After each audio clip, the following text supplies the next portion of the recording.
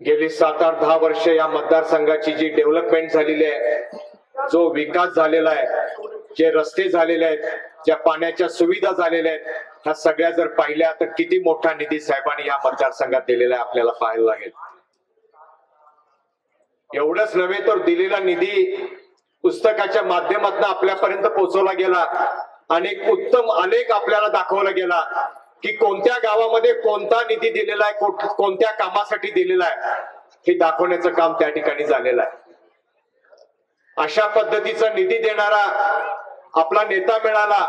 खरोखर सांगतो तुम्हाला, आपण सर्व भाग्यवान आहोत.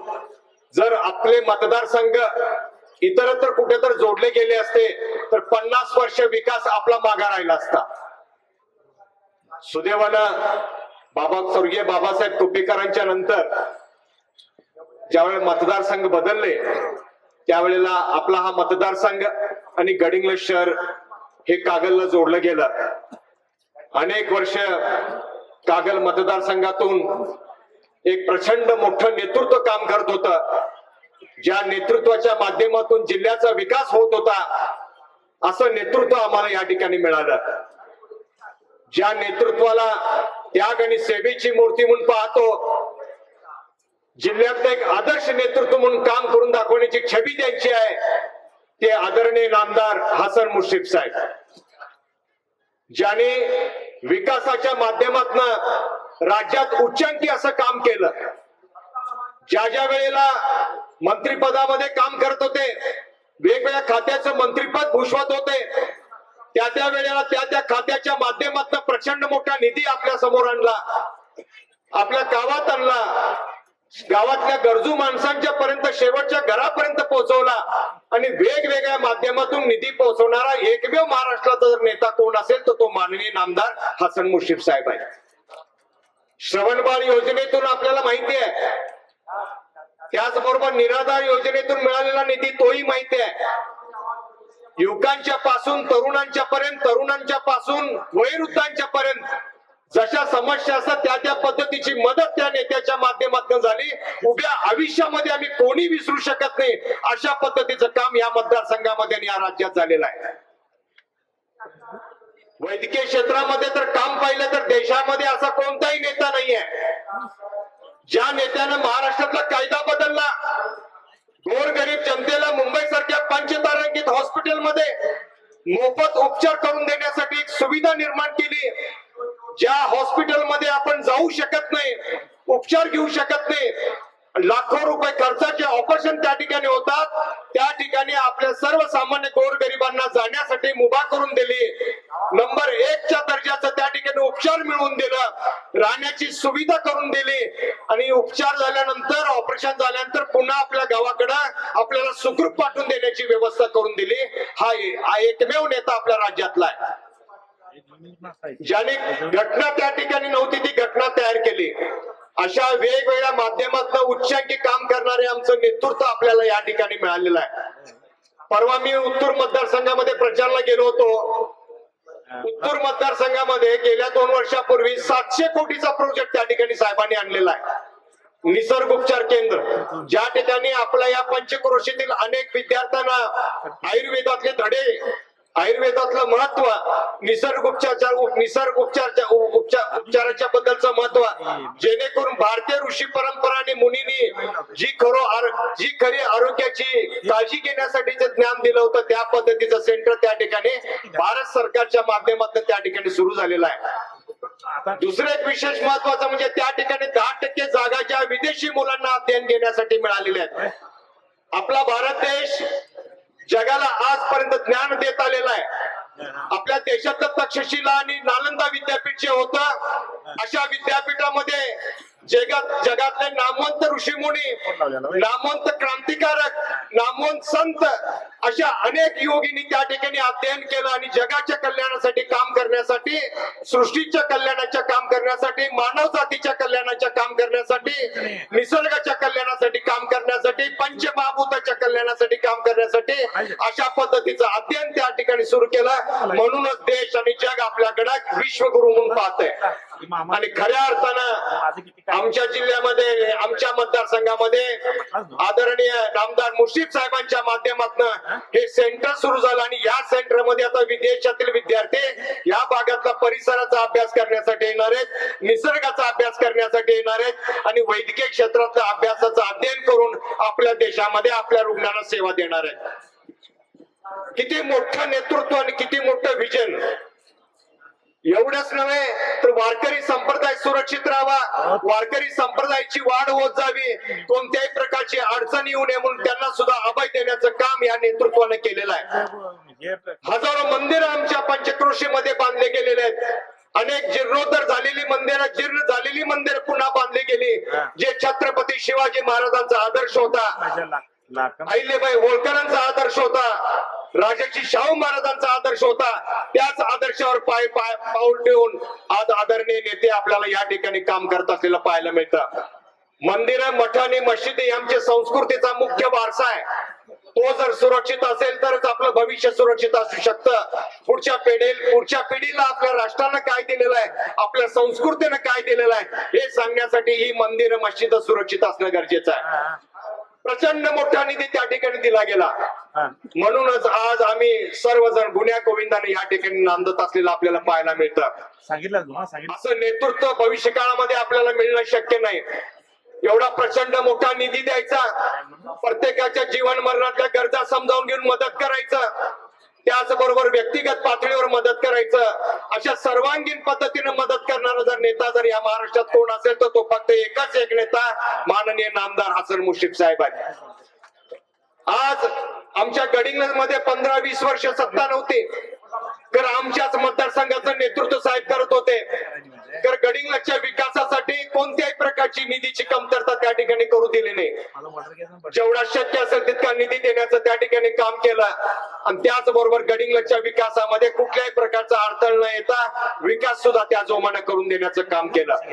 आज गडिंग्लजच्या नगरीनं संपूर्ण कामाचा इतिहास बघून, साहेबांचं काम बघून प्रचंड बहुमताने नगरपालिकेमध्ये जनतेची सेवा करण्यासाठी आम्हाला सर्व नगरसेवकांना त्या ठिकाणी पाठवलेलं आहे. किती मोठं काम आणि किती मोठं विजन या नेत्याचं आहे. या सगळ्या गोष्टीचा जर विचार केला तर आपल्या भागाचा विकास कसा झाला पाहिजे, आपली गावं समृद्ध कशी झाली पाहिजेत, आपल्या गावाच्या मध्ये सौंदर्य कसं वाढलं पाहिजे, शिक्षणाचा दर्जा कसा वाढला पाहिजे, आरोग्याची सेवा कशी मिळाली पाहिजे, युवकांच्यासाठी क्रीडांगण कसं उपलब्ध झालं पाहिजे आणि त्याचबरोबर युपीसी एमपीसी अभ्यासक्रम या ठिकाणी सुरू झाला पाहिजे. आपल्या मतदारसंघातला मुलगा कलेक्टर झाला पाहिजे, एसपी झाला पाहिजे, वेगवेगळ्या शासकीय सुविधामध्ये उच्च अधिकारी झाला पाहिजे, याही विचारानं काम करणारा आपला या ठिकाणी नेता आहे. येत्या काही दिवसामध्ये आपल्याला पाहायला मिळेल ह्या सगळ्या विद्यार्थ्यांच्यासाठी एक चांगलं अध्ययन या ठिकाणी सुरू झालेलं पाहायला मिळेल आणि त्याचबरोबर एक औद्योगिक क्रांती सुद्धा आपल्याला या ठिकाणी नवीन सुरू झालेली पाहायला मिळेल. गडिंग्लजची MIDC 4-5 वर्षापूर्वी जर पाहिली तर कोणत्याही प्रकारचे उद्योग त्या ठिकाणी नव्हते. आता या 2-3 वर्षात जर पाहिला आदरणीय सतीश अण्णा पाटील आणि त्यांच्या माध्यमातून हसन मुश्रीफ साहेबांच्या माध्यमातून त्या ठिकाणी फार मोठी औद्योगिक क्रांती सुरू झाली. आज त्या ठिकाणी मोठमोठे कारखाने आले, आपल्या भूमिपुत्रांना तरुणांना त्या ठिकाणी रोजगार मिळायला लागला आणि कदाचित येत्या 2-3 वर्षामध्ये ते इतरांना रोजगार देण्याचं काम सुद्धा त्या ठिकाणी करू शकतील अशा पद्धतीचं काम या ठिकाणी झालेलं आहे. प्रचंड मोठं काम या ठिकाणी मतदारसंघामध्ये झालेलं आहे. आता इथून पुढे आपल्याला एकच विचार करावा लागणार आहे, आपल्या गावाचा विकास कसा करायचा, कोणतं विजन ठेवून आपण गावाचा विकास करायचा आहे. जी आपल्या मतदारसंघामध्ये जिल्हा परिषदसाठी सौभाग्यवती शैलजाताई पाटील आणि त्याचबरोबर पंचायत समितीला सौभाग्यवती सुनीताताई देसाई आणि प्रियंका देसाई एक सक्षम अशा 3 उमेदवार या ठिकाणी मिळालेले आहेत. त्यांचा सुद्धा जर कारभार जर बघितला, त्यांचं कार्य बघितलं, फार मोठं काम, चांगलं काम समाजसेवेच्या माध्यमातून त्यांनी केलेलं आहे. प्रचंड मोठं सहकाराचा अभ्यास असलेलं, समाजसेवेचा अनुभव असलेला आणि प्रचंड मोठा वारसा असलेला मंडळी या ठिकाणी मिळालेली आहे. या सगळ्यांच्या प्रेरणेनं या ठिकाणी गेल्या 7 वर्षामध्ये 135 कोटीचा निधी येऊन या संपूर्ण मतदारसंघाचा कायापालट झालेला आपण या ठिकाणी पाहिलेला आहे. पुन्हा एकदा पुढच्या 25 वर्षाच्या विकासासाठी त्यांनी आपल्याकडे मतं मागण्यासाठी आलेत, आशीर्वाद घेण्यासाठी आलेत. केवळ मतं मागून आशीर्वाद घेण्यासाठी न येता मागील 7-10 वर्षामध्ये केलेल्या कामाची पोचपावती सुद्धा पुस्तकाच्या माध्यमातून आपल्याला या ठिकाणी दाखवलेलं आहे. त्या तिन्ही उमेदवारांचं प्रचंड मोठं काम त्यांच्या मतदारसंघात आहे. आता इथून पुढे आपल्याला एकच काम करायचं आहे, आपलं गाव कसं विकसित होईल, आपलं गाव कसं आत्मनिर्भर होईल, आपल्या गावातल्या नागरिक समस्या कशा सोडवल्या जातील आणि त्याचबरोबर आरोग्याच्या समस्या कशा सोडवल्या जातील आणि अशा पद्धतीनं गावाचा विकास करण्यासाठी या मंडळीला आपण प्रचंड बहुमताने निवडून देणं गरजेचं आहे. सतीश पाटील साहेब ज्या वेळेला जिल्हा परिषदचे उपाध्यक्ष होते त्यावेळेला आमच्या मतदारसंघामध्ये आणि गडिंग्लज शहरामध्ये क्रीडांगणाचं फार मोठी एक समस्या होती. त्यांच्या माध्यमातून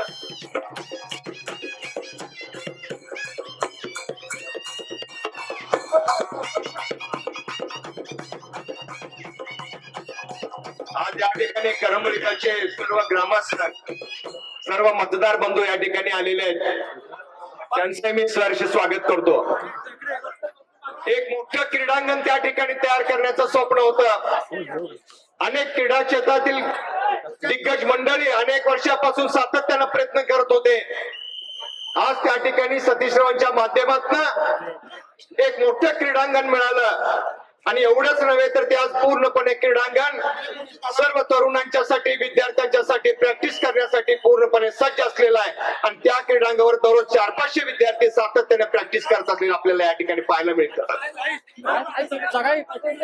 परवा जे अग्निवीरामध्ये तरुणांची जी निवड झाली त्याच्यामध्ये बरेचसे तरुण याच ग्राउंडवर सातत्याने प्रॅक्टिस करून त्यांची निवड झालेली आहे आणि मातृभूमीच्या सेवेसाठी ते रुजू झालेले आहेत.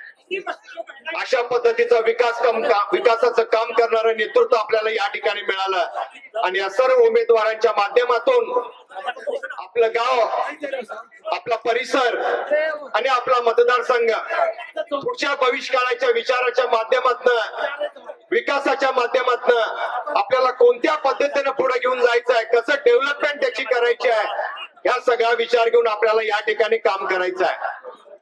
हे सगळे उमेदवार आपल्या सगळ्या समस्या समजून घेतील आणि सत्ता आल्यानंतर, निवडून आल्यानंतर काही दिवसामध्ये ही सगळी कामं पूर्ण करून पुढच्या 25 वर्षाचा विकास गावासाठी कोणत्या पद्धतीने करणं गरजेचं आहे, भविष्य काळामध्ये येणाऱ्या समस्या कोणत्या आहेत त्या समजावून घेऊन काम करण्याची गरज कशी आहे हे सगळं ओळखून ते काम या ठिकाणी करतील.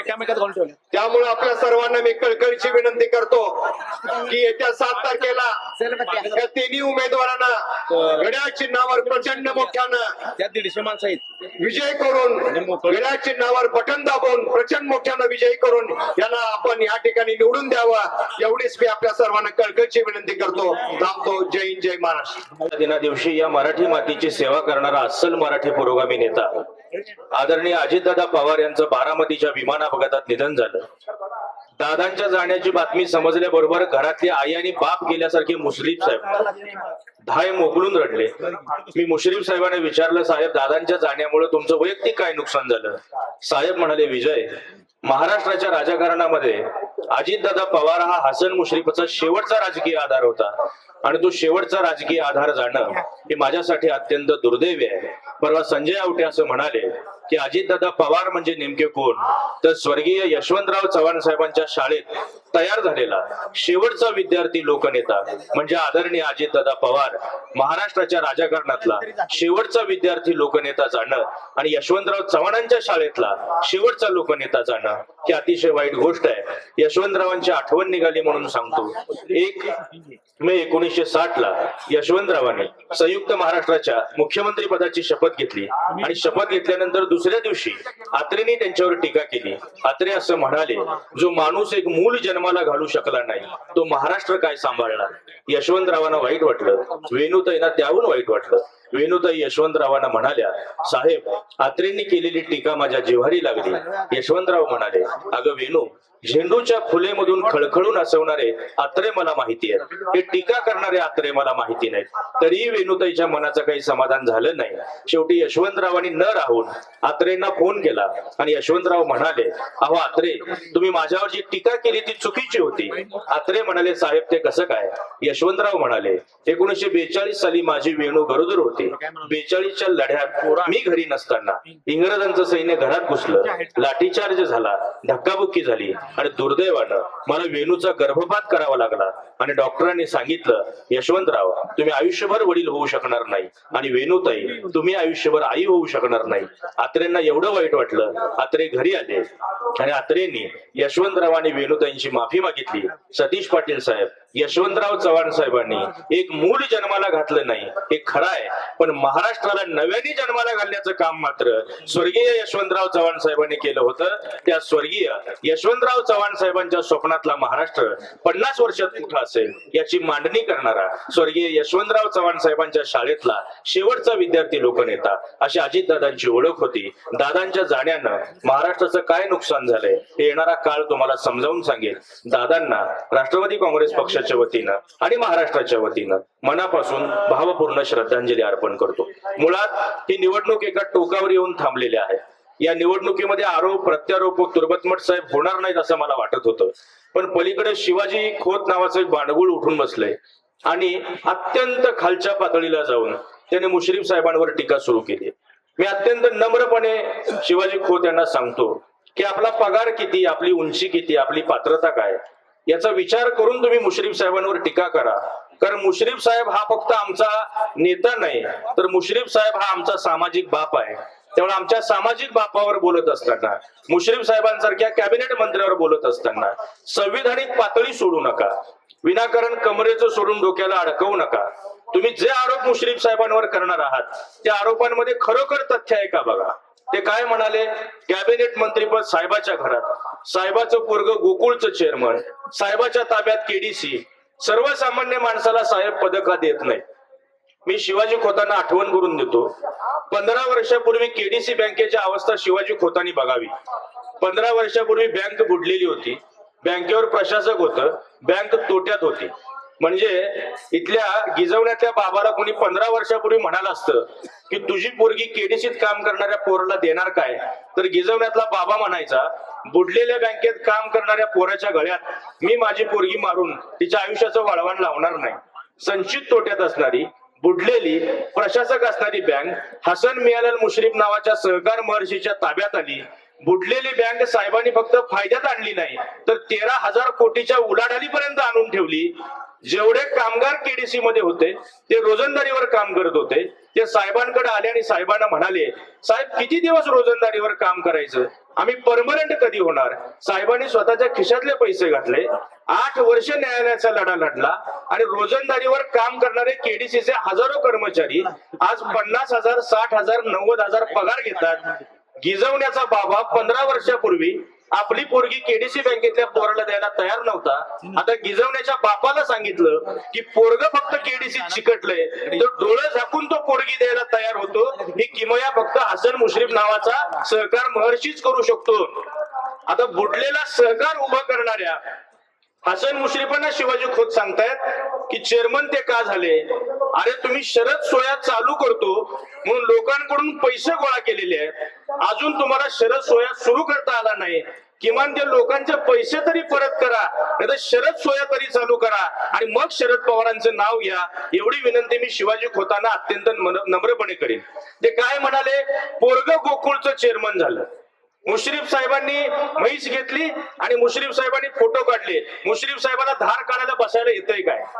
अरे माणसाच्या शरीरावर जाता, माणसाच्या शरीरावर जाऊन आरोप करता, याचा अर्थ तुम्ही राजकीय जीवनामधली संविधानिक पातळी सोडलेली आहे. ज्या वेळेला नवी साहेबांकडे गोकुळ दूध संघ आला, 15 लाख लिटर दूध येत होतं. 8 महिन्यामध्ये गोकुळ 20 लाख लिटर दुधापर्यंत नवी साहेबांनी नेऊन ठेवलेलं आहे. हे सांगायला ते तयार नाहीत. ते काय म्हणाले, मुश्रीफांनी बहुजन समाजाचं वाटोळं केलं. फुले शाहू आंबेडकरांचं नाव घेण्याचा मुश्रीफांना अधिकार नाही. मी अत्यंत नम्रपणे सांगतो त्यांना, महाराष्ट्राच्या राजकारणामध्ये हसन मुश्रीफांसारखा एवढा मोठा धर्मनिरपेक्ष नेता मी बघितलेला नाही. म्हणजे अल्पसंख्याक समुदायात जन्माला आलेल्या मुश्रीफांनी या मतदारसंघामध्ये जवळजवळ 750 हिंदूंची मंदिरं बांधली. वारकरी संप्रदायासंदर्भातलं मुश्रीफ साहेबांचं काम हे सगळ्या वारकऱ्यांना माहिती आहे. कागलच्या गैबी चौकात या महात्मा ज्योतिराव फुले, डॉक्टर बाबासाहेब आंबेडकर आणि लोकशाहीर अण्णाभाऊ साठे यांचे एकत्रित पुतळे तुम्हाला महाराष्ट्राच्या राजकारणात कुठेच बघायला मिळणार नाहीत. ते पुतळे हसन मुश्रीफ नावाच्या पुरोगामी नेत्यानं कागलच्या गैबी चौकात उभे केलेले आहेत. बहुजन समाजाचं मुश्रीफांनी वाटोळं केलं असं त्यांचं मत असेल. गोकुळ घ्या, केडीसी घ्या, संताजी घोरपडे घ्या, बिदरी सहकारी साखर कारखाना घ्या, बुडालेला आजरा सहकारी साखर कारखाना नव्यानं उभा केलेलं उदाहरण घ्या. बहुजन समाजातल्या प्रचंड मोठ्या प्रमाणातल्या रोजगाराच्या संध्या या मतदारसंघामध्ये मुश्रीफ साहेबांनी उभ्या केलेल्या आहेत. त्यामुळे टीका करताना सतीश पाटलांवर सुद्धा त्यांनी टीका केली की ते विनाकारण काहीतरी आशा दाखवतील, पैसे वाटतील, आमिष दाखवतील आणि मग निवडणुकीला सामोरे जातील. सतीश पाटलांच्या विकास पर्वाबद्दल मी गिजवणेकरांना नव्यानं सांगायची गरज नाही. शाळा कुणीही काढतो, पण मुकबधीर मुलांची शाळा काढायची, ती चालवायची आणि मुकबधीर पोरं डीएड आणि बीएड करून मास्टर झाली पाहिजेत आणि त्यांनी दुसऱ्या पिढीला शिकवलं पाहिजे असा विचार करणारा सतीश पाटील सारखा अत्यंत सकारात्मक विचाराचा नेता गिजवणी करायला मिळालेला आहे. त्यांच्या सीबीएसई शाळा मी बघितल्या, त्यांच्या नर्सिंग शाळा बघितल्या. 1 ते 5 तारखेच्या दरम्यान न चुकता 2005 पासून त्यांनी शिक्षकांचा पगार भागवलाय. म्हणजे शिक्षण संस्था काढून सरकारचं अनुदान घेऊन त्या शिक्षण संस्था बुडवलेले बरेच शिक्षण सम्राट मी बघितलेले आहेत. आज जवळजवळ 125 स्टाफ आहे त्यांचा. म्हणजे 125 लोकांच्या घरातल्या चुली सतीश पाटील यांच्यामुळे पेटतात, त्यांच्या भाकऱ्या भाजतात. एवढं काम करणाऱ्या माणसावर खालच्या पातळीवर जाऊन तुम्ही आरोप करता आणि तुम्ही सांगता की हसन मुश्रीफांनी, सतीश पाटलांनी बहुजनाचं वाटोळं केलं, तर त्यांनी अत्यंत नम्रपणे ही कामं बघावीत असं माझं स्वतःचं मत आहे. मुळात ही निवडणूक समजून घेतली पाहिजे. ही निवडणूक कार्यकर्त्याची निवडणूक असते तुर्बत मठ साहेब. ही निवडणूक पक्षाची नसते, ही निवडणूक नेत्याची नसते. 5 वर्ष लोकात राहणारा कोण आहे, लोकांच्या समस्या जाणून घेणारा कोण आहे आणि त्या समस्या नेत्यापर्यंत पोहोचवून सोडवणारा कोण आहे, अशा कार्यकर्त्याची राजकीय शाळा असते. आणि या निवडणुकीमध्ये घडलेला प्रत्येक कार्यकर्ता भविष्यामध्ये देश पातळीवर, राज्य पातळीवर, जिल्हा पातळीवर जातो. म्हणजे बाबुळगावच्या सरपंच पदापासून मुख्यमंत्री पदापर्यंत स्वर्गीय विलासराव देशमुख गेले. सरपंच पदापासून विधिमंडळाच्या अध्यक्ष पदापर्यंत स्वर्गीय बाबासाहेब कुपेकर गेले. कागल तालुक्याच्या पंचायत समितीच्या सभापती पदापासून कॅबिनेट मंत्री पदापर्यंत मुश्रीफ साहेब गेले. झेडपीच्या अध्यक्ष पदापासून खासदार पदापर्यंत धैर्यशील माने गेले.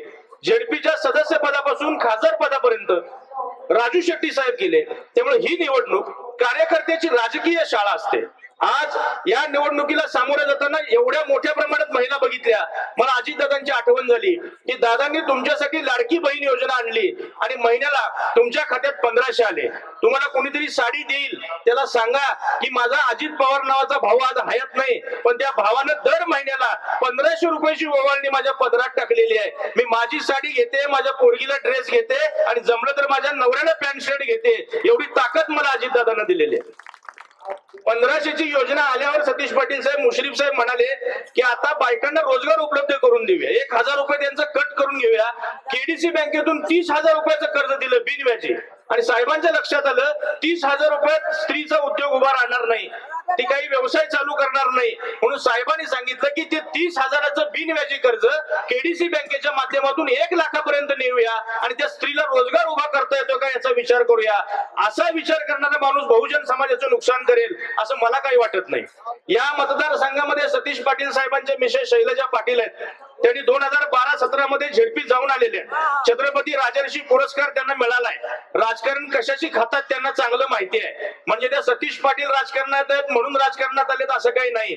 राजकारण कसं करायचं, लोकांचे प्रश्न कसे मिटवायचे हे त्यांना चांगलं माहिती आहे. कारण काय होतं, बायका पदावर बसतात आणि पाठीमागून नवरा झेरॉक्स पदाधिकारी म्हणून जन्माला येतो. म्हणजे आमच्या गावाकडे एक बाई निवडणुकीला राहिली सरपंच पदाला. पत्रकारांना विचारलं, वहिनी सरपंच पदाला उभ्या राहिल्या कसं वाटतंय? वहिनी म्हणाले, हे आमच्या यांना विचारा. पत्रकार म्हणाला वहिनी निवडून आलात तर 5 वर्षात काय काम करणार? वहिनी म्हणाले हे आमच्या यांना विचारा. वैतागला पत्रकार. आणि पत्रकार म्हणाला वहिनी सगळं तुमच्या यांनाच विचारायचं होतं तर निवडणुकीला कशाला उभे राहिलात? वहिनी म्हणाले हेही आमच्या यांना विचारा.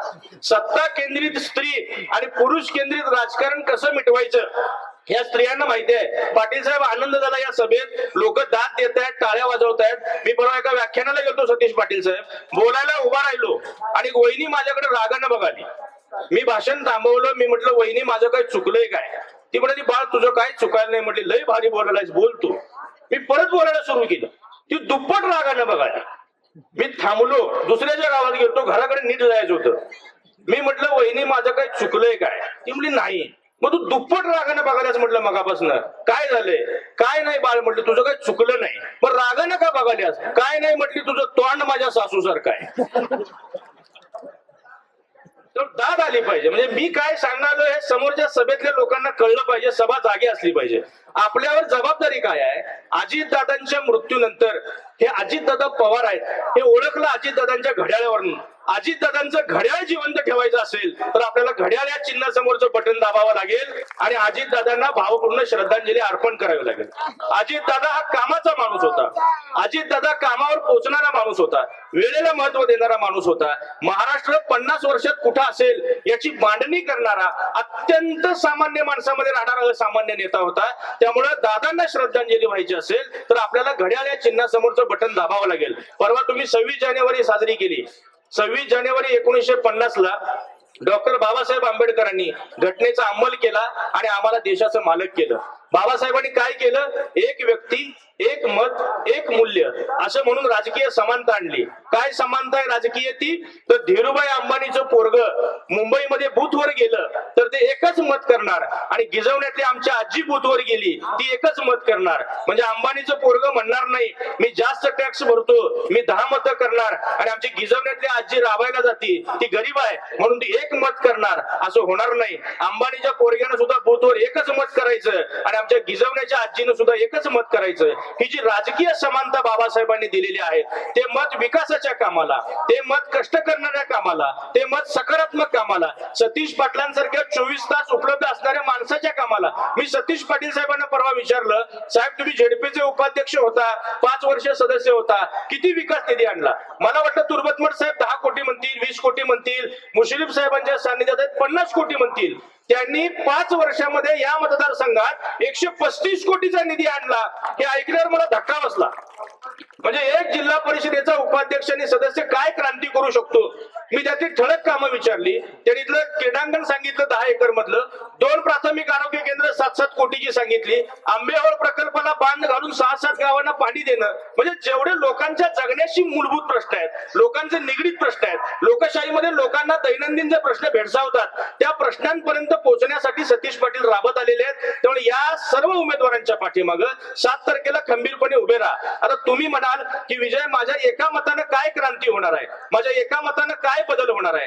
जंगलाला आग लागली, चिमणी चोचीत पाणी घेऊन आग विझवत होती. माकड चिमणी जवळ आलं आणि चिमणीला म्हणालं अगं चिवताई तुझ्या एवढ्याशा पाण्यानं आग थोडीच विझणार आहे. चिमणी म्हणाली अरे माकड दादा माझ्या एवढ्याशा पाण्यानं आग विझणार नाही मलाही माहिती आहे पण ज्या ज्यावेळी या जंगलाचा इतिहास लिहिला जाईल त्या त्यावेळी माझं नाव हे आग लावणाऱ्यांच्या नाही तर आग विझवणाऱ्यांच्या यादीमध्ये असेल. त्यामुळं जेव्हा जेव्हा तुम्ही तुमच्या नातवाला सांगाल की मी गिजवण्यामध्ये सतीश पाटलांच्या मिसेसला आणि पुरुषा उमेदवाराला घड्याळाला मतदान केलं होतं तेव्हा मी द्वेषाचं राजकारण करणाऱ्या तिरस्काराचं राजकारण करणाऱ्या संविधानिक पातळी सोडणाऱ्या उमेदवाराला मतदान केलं नाही तर सकारात्मक विचार करणाऱ्या लोकात राहणाऱ्या राष्ट्रवादी काँग्रेस पक्षाला मतदान केलं होतं हे किमान पोराला आणि नातवाला भविष्यामध्ये सांगता यावं यासाठी घड्याळ या चिन्हासमोरचं बटन दाबा एवढं सांगतो आणि अजितदादांना आदरांजली वाहताना एवढंच सांगतो करून जाऊ बरेच काही दुनियेतून या जाताना गहीवर यावा जगास साऱ्या निरोप शेवट देताना अशी जिंदगी तयांची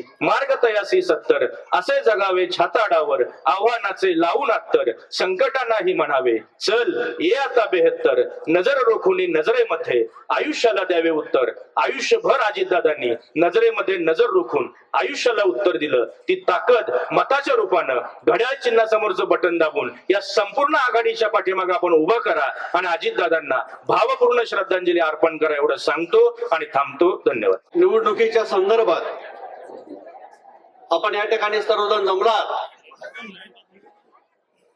आदरणीय व्यासपीठावरची सर्व मंडळी, गिजवणी कडगाव मतदारसंघातले मतदार बंधू भगिनींनो आणि मित्रांनो, आजची निवडणूक अतिशय वेगळ्या वळणावर येऊन ठेपलेली आहे. आम्ही वडे घेऊन आता आलो. प्रत्येक सभा सतीश अण्णांची ह्या ग्रामपंचायती समोरच्या ग्राउंडवरती असायची आणि आमची गाडी उभारल्यानंतर साधारण आम्ही उतरून त्याबरोबर चाललो होतो. परंतु आमच्या मंडळींनी सांगितलं की बाबा सभा ह्या बाजूला आहे. पहिल्यांदा ती सभा आम्ही त्या दिवशी बघितली. मला वाटतंय खचून 100 लोक असतील आणि मला माझ्या मनात दर्शन झालं की बाबा सतीश अण्णांची सभा आणि फक्त 100 लोक. नंतर आम्हाला ज्यावेळेला समजलं सतीश अण्णांची सभा त्याच्या पुढच्या बाजूला आहे आणि आता बघितल्यानंतर या ठिकाणी हा समुदाय बघितल्यानंतर 100% आपला विजय हा 100% काळ्या दगडावरची पांढरी रेषा आहे. परंतु तुम्हाला मी नम्र विनंती करतो याच्यासाठी, आता जो आपला टेम्पो आहे अतिशय चांगल्या पद्धतीने आपण चाललोय. 1-2 दिवस आपल्याला कष्ट करायचे आणि 2 दिवसानंतर शनिवारी आपल्याला सकाळी 7 वाजता उठून आपल्याला मतदानाला जायचं आहे. मित्रांनो, मगाशी सरांनी आम्हाला सांगितलंय, काय सांगितलं किंवा ना मुश्रीफ साहेब धार काढायला बसतात का? माझी सगळ्यांना विनंती आहे, मुश्रीफ साहेब धार काढायला बसत नाही. परंतु बडेजावडीच्या माणसाच्या अंगावर जर का मुश्रीफ साहेब बसले तर 100% ह्या माणसाला शिपियरला घेऊन गेल्याशिवाय पर्याय राहणार नाही. केवळ थोडंसं जपून वापरा. कुठली संस्था काढायची नाही, कुणाला कधी बोलायचं नाही. उद्या ह्या स्टेजवर, उद्या त्या स्टेजवर जायचं कोणाकडे तरी काहीतरी मागायचंय आणि बळेजवाडीच्या पायथ्याशी बसायचंय आणि प्रत्येकावर टीका करत सुटायचंय. हे चालणार नाही. विजन तुमच्या समोर ठेवा. आमच्या सतीशरावने काय केलंय, शैलजाताईने काय केलंय, आमच्या माणसाला समोर बघा, त्यांच्या माणसाला समोर बघा. जर करता चांगला चिकणा वाढतोय म्हणून तुम्ही मदत करू नका. आपला माणूस किती कामाचा आहे. आमचा मुश्रीफ साहेबांनी जर करता चांगल्या पद्धतीचं काम जर करता केलं असेल, सतीशरावने 10-15 वर्षात चांगलं काम जर करता केलं असेल तर मला वाटतंय देवाला पाळणं घातल्याच्या आपल्याला कुठल्याही परिस्थितीत हा माणूस, आमची शैलजा मॅडम 100% निवडून आल्यासारखी आहे. मग त्या मला सांगितलं 128 कोटी रुपये काहीतरी दिलेत. माझा मतदारसंघ त्यामुळेचा होता. मला माहिती नव्हतं 128 कोटी 100 कोटी खर्चून आम्हाला कुठेतरी 10 आणि 15 लाख रुपये मिळायचे 5 वर्षात. आणि आम्ही ह्या मतदारसंघात आलो. मी वडराग्याच्या वतीने तुम्हाला 100% सांगतो, आमच्या वडराग्यातनं जेवढं मतदान तुम्हाला देणार आहे त्याच्यापेक्षा इथल्या टोटल 15 गावापेक्षा वडराग्याचं मतदान कमीत कमी तुम्हाला जास्त आम्ही द्यायची व्यवस्था मी करणार आहे. आणि ह्या दोन्ही मतदारांना, दोन्ही उमेदवारांना चांगल्या पद्धतीने निवडून आणायची व्यवस्था आपण या ठिकाणी करणार आहे. आता मुश्रीफ साहेब मला वाटतं यायला लागले आणि सतीशांना बऱ्याच ठिकाणी आपण जाऊन आलो. मध्ये एक वेळा मला वाटतं गेल्या वर्षी सतीशांना तुम्हाला एक विनंती मी करून तुम्हाला सांगतो, ह्या हिरण्यकेशी नदीला मोठा महापूर आला होता आणि त्या महापूर बघायला बरीच पोरं गेली होती. मला वाटतं गिजवण्यातली बरीच माणसं गेली होती तो महापूर बघायला. महापूर बघता बघता एकामेकाला धक्का लागला आणि धक्का लागता लागता एक माणूस त्या महापुरात पडला. सगळ्यांनी उठलं, 10-12 लोक गेली. ओंडका घेतला, त्याला टाकला, त्याच्यात बाहेर काढला. त्याला बाहेर काढल्यानंतर त्याला बाहेर आणला आणि मग ज्यांना ढकललं ते त्याचा सत्कार करायचा ठरला आणि सत्काराला त्याला इथं उभा केलं. सत्काराला उभा केल्यानंतर त्यानं हात बीत पाठीमुळे खेचले बिचले आणि पहिल्यांदा त्याने विचारलं, सुकाळीच्या मला पहिल्यांदा ते ढकललं थोडी मला पहिला सांगा. ह्या लोकांना कुणीतरी ढकललंय, कुणीतरी सांगितलंय. सतीशांना बरोबर टक्कर द्यायला ह्या कोणाकडे कोणाची हिंमत नाही. सतीश पाटलासारख्या उमेदवाराला आणि त्यांच्या मॅडमला या ठिकाणी आता साहेब यायला लागलेले. राष्ट्रवादी काँग्रेस पक्षाचा, राष्ट्रवादी काँग्रेस पक्षाचा नामदार हसन शौकत मुश्रीफ साहेबांचा, नामदार हसन शौकत मुश्रीफ साहेबांचा घड्याळी कोण, घड्याळी कोण, आवाज जरा मोठा यायला पाहिजे. घड्याळी कोण, नामदार मुश्रीफ साहेबांचा, नामदार हसन शौकत मुश्रीफ साहेबांचा, राष्ट्रवादी काँग्रेस पक्ष धन्यवाद. वाह मला वाघला वाघ.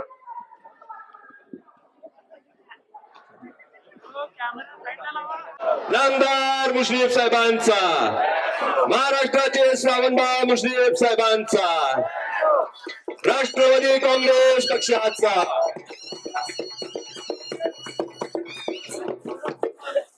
आता मगाशी बोलता बोलता विजय काळे साहेबांनी सांगितले की कोणीतरी शिवाजी खोत आहे. त्या शिवाजी खोत साहेबांनी सांगितलेलं आहे की मुश्रीफ साहेबच नेतृत्व घडवत नाहीत, बगल तरी तीच चेहरा आहेत असं त्यांचं म्हणणं आहे. पण विजय काळे साहेब, तुम्ही आज गडिंगलजला या गिजोनीमध्ये आलाय, मला सांगायला सार्थ अभिमान वाटते की माझी आजी एक देवदासी चळवळीतील कार्यकर्ते होती आणि माझे वडील हे राष्ट्रवादी काँग्रेस पार्टीत फार पूर्वीपासून काम करत होते.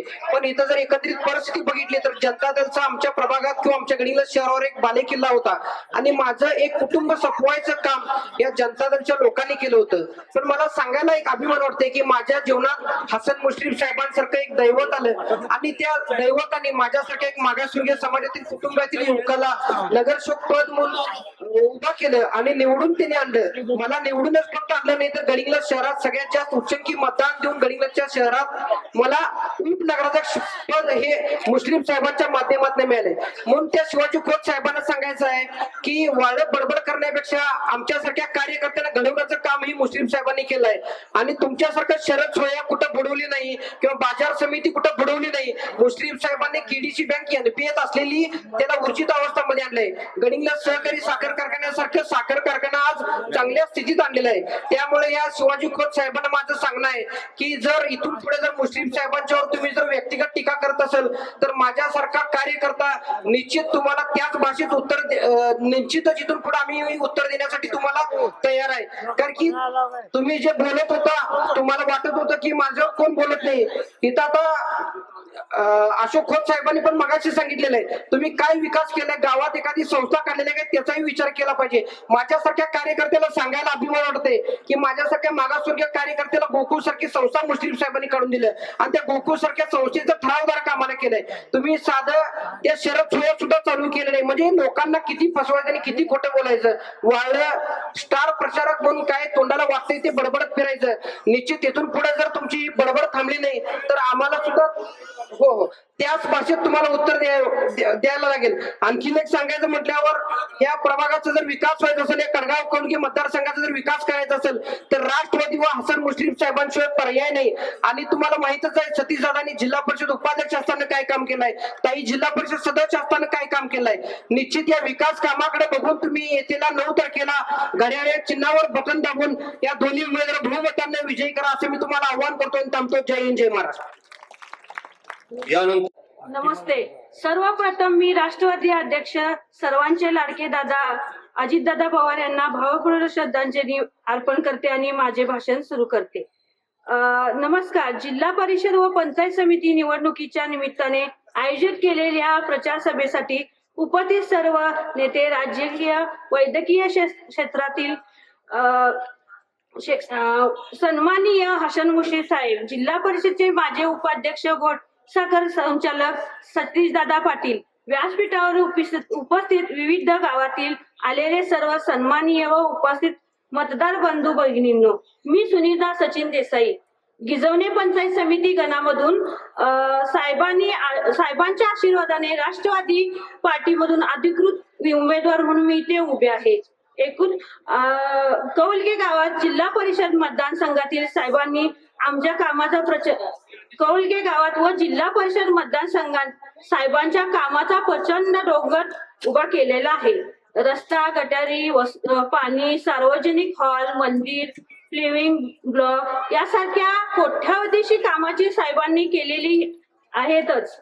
तर हे साहेबांच्या कामाचे सोबत सतीश साहेब दादांच्याही कामं जिल्हा परिषद माध्यमातून सर्व गावामध्ये पोहोचलेली आहेत. राष्ट्रवादी काँग्रेस पार्टी मार्फत या मतदारसंघामध्ये आमचे काम बोलतंय, आमचे काम बोलतंय हे लाईन घेऊन आम्ही या मतदारसंघापर्यंत पोहोचलेलो आहे. माझे सासरे कैलासवासी यशवंतराव बळवंतराव देसाई हे हिरलगे गावचे राजकारणातील एक समाजकर्ते मोठे प्रतिष्ठित होते. त्यांचा वारसा पुढे चालवण्यासाठी माझे पती हे 5 वर्ष ग्रामपंचायत सदस्य व 10 वर्ष सरपंच म्हणून आजपर्यंत काम पाहत आहेत. त्यांना देखील आदर्श काम म्हणून आदर्श सरपंच पुरस्कार भेटलेले आहेत. त्यांचा वसा घेऊन मी ह्या राजकारणात उतरलेले आहे. मी नवचैतन्य ग्राम संघाचे अध्यक्ष म्हणून काम करत आहे. बचत गटाच्या सर्व महिलांना बँकेच्या आर्थिक सहाय्य मिळवून देण्याचे काम देखील मी करत आहे. नेहमी प्रयत्नशील आहे. येणाऱ्या काळात पंचायत समिती माध्यमातून जनजीवन सेवा करण्याची माझे मनस्ते आहे. त्यामुळे येत्या 7 तारखेला आपल्या जिल्हा परिषद उमेदवार शैलजाताई पाटील व पंचायत समिती उमेदवार मी स्वतः सुनीता सचिन देसाई यांच्या नावासमोरील घड्याळ या चिन्हासमोरील बटन दाबून आम्हाला प्रचंड मताने विजयी करावे. मतदानाच्या मशिनीच्या समोरील जिल्हा परिषद उमेदवारासाठी पांढरे पत्रिका असणार आहे, तर खालील बाजूला पंचायत समितीसाठी उमेदवारासाठी गुलाबी पत्रिका असणार आहे. आपणास दोन्ही मत देण्यास अधिकार आहे, तर सर्वांनी दोन्हीही चिन्ह बटन दाबून मतदान करावे. आम्हाला निवडून देऊन जनसेवा करण्याची संधी द्यावी एवढंच विनंती करते. थांबते. जय हिंद, जय महाराष्ट्र, जय राष्ट्रवादी. यानंतर गिजवणे कडगाव जिल्हा परिषदेच्या उमेदवार सौ शैलजाताई सतीश पाटील हे आपलं मनोगत व्यक्त करतील. नमस्कार. सर्वात प्रथम आपल्या राज्याचे उपमुख्यमंत्री अजितदादा यांचं निधन झालं, त्यांना मी श्रद्धांजली अर्पण करते आणि पुढील वक्तव्यास चालू करते. नुकत्याच चालू झालेल्या आपल्या जिल्हा परिषद आणि पंचायत समिती या निवडणुकीच्या अनुषंगानं इथं उपस्थित असलेले आपल्या राज्याचे वैद्यकीय मंत्री मुश्रीफ साहेब आणि स्टेजवर उपस्थित असलेले 15 गावातून आलेले सरपंच असतील, उपसरपंच असतील, सेवा संस्थांचे चेअरमन असतील, स्टेजवर असलेले सर्वांचीच नावं मी घेऊ शकत नाही, आणि गडिंग्लज नगरीचे नगराध्यक्ष आणि प्रचंड मोठ्या संख्येनं तुम्ही उपस्थित असलेले सर्व विभागातून आलेले सर्व ग्रामस्थ. आता ही सभा जर बघितली आणि आपली गर्दी जर बघितली तर ही विजयाची सभा म्हणायला काय हरकत नाही असंच वाटते. आता मी 15 गावं मला आहेत, पण मी 14 गावात आतापर्यंत पोहोचलेले आहे. फक्त एक वडरगाव गाव माझा शिल्लक राहिलेले आहे, पण आपल्या गावात मी अजून पूर्ण भाग केलेला नाहीये, पण अशा माध्यमातून तुमच्या समोर यायला लागलेली आहे. मी काय आजच आलेले आहे असं नाही. 2012ला सुद्धा तुम्ही आशीर्वाद दिला आणि तुम्ही पाठिंबा दिला म्हणूनच मी निवडून आले होते, आणि माझ्या कामाच्या माध्यमातूनच आणि मुश्रीफ साहेबांचा पाठिंबा असल्यामुळं त्यांच्याकडून जी कामं येतात त्या प्रत्येक गावात मी कामाच्या माध्यमातून पोहोचलेली आहे. आता दुसरं सांगायचं झालं तर आपल्या महिलांचं म्हणायला गेला तर सगळ्यात मोठा एक प्रश्न म्हटलं तर आपल्या आरोग्याचा प्रश्न, तो आपल्या या 7 गावासाठी जे आपल्या गिजवण्यापासून हिरलगे गावापर्यंत महिलांना त्रास व्हायचा, म्हणून आम्ही त्यावेळेला जो प्रश्न मांडलेला ते एखादा प्रश्न मांडला तर तो लगेच तयार होत नाही. तर आपले सतीश दादांना तुम्ही 2017ला निवडून दिला, त्यावेळेला त्यांनी सत्यात उतरवण्याचं हे काम केलं, कारण आता आत्याळमध्ये एक मोठी आरोग्याची इमारत उभी राहत आहे, ती 7 कोटीची आहे. म्हणून म्हणतोय की आम्ही आमचं काम बोलते. आता या साईडला कडगाव साईडला सुद्धा असेल तर त्याच माध्यमातून आम्ही पूर्णपणे पोहोचलेलो आहोत. तुमच्या आपल्या महिलांसाठी म्हणाल तर तुम्ही आपल्या आत्मनिर्भर व्हाव्यात आणि स्वतःच्या पायावर उभं राहाव्यात आणि त्यांना आर्थिक हातभार मिळावा, त्यांच्या कुटुंबाला सहयोग व्हावा, यासाठी मी प्रयत्नशील राहिले. आणि म्हणूनच तुम्ही 2017ला सतीश दादांना सुद्धा निवडून आलात, आणि मुश्रीफ साहेबांना एक खंबीर एक नेतृत्व मिळालं म्हणून त्यांना उपाध्यक्ष पद दिलं, आणि त्यांनी सुद्धा त्याला न्याय देण्याचा प्रयत्न केला. आणि म्हणूनच आम्हाला दोघांनाही, म्हणजे कोणाला उभयंतांना कधी मिळाला नसेल तो शाहू पुरस्कार आम्हाला हा दोघांनाही मिळाला होता, आणि तो पुरस्कार मी आपल्या जनतेसाठी समर्पित केलेला होता, कारण तुमच्या पाठिंब्यावरच मी निवडून आले होते. आणि मला एवढी खात्री आहे की आम्ही जे येतोय ते तुमच्यासोबत फक्त इलेक्शनच्या माध्यमातून कधीच आलेलो नाहीये. आम्ही जरी राजकारणात असलो किंवा नसलो तरी कायम मी प्रत्येक गावात 15 गावात प्रत्येकांच्या सुखदुःखात गेलेली आहे आणि पोहोचलेली आहे. त्यामुळे इलेक्शन आले आणि तेवढ्या पुरता आम्ही त्याच वर्षात आम्ही मत मागण्यासाठी आलोय असं कधीच झालेलं नाही. आणि हा विश्वास तुम्हाला आहे आणि मी काय काम करते किंवा सतीश दादा काय काम करतात आणि मुश्रीफ साहेबांच्या माध्यमातून काय कामं आलेली आहेत तुम्हा सर्वांना माहिती आहे. आता रस्त्याची असतील किंवा सगळी कामं असतील तर ती सगळ्यांनी आता स्टेजवर बोलून झालेले आहेत. त्यामुळं वेळही कमी आहे. त्यामुळे तुम्ही आम्हाला नक्कीच निवडून द्याल याची खात्री आहे. आता पंचायत समितीसाठी सुनीता देसाई उभ्या आहेत आणि जिल्हा परिषदसाठी स्वतः मी उभी आहे. आणि आम्हाला दोघींना घड्याळ्या चिन्हावरचं बटन दाबून तुम्ही प्रचंड मताने निवडून द्या. आणि निवडून दिल्यानंतर तुमचं मत वाया गेलं असं कधीच वाटणार नाही. त्या संधीचं सोनं केल्याशिवाय आम्ही राहणार नाही. जरी या राजकारणात असू वागत नसू समाजकारणासाठी कायमच आम्ही तत्पर असणार आहोत. आणि तुम्ही आम्हाला निवडून द्यावं एवढीच विनंती करते आणि थांबते. धन्यवाद.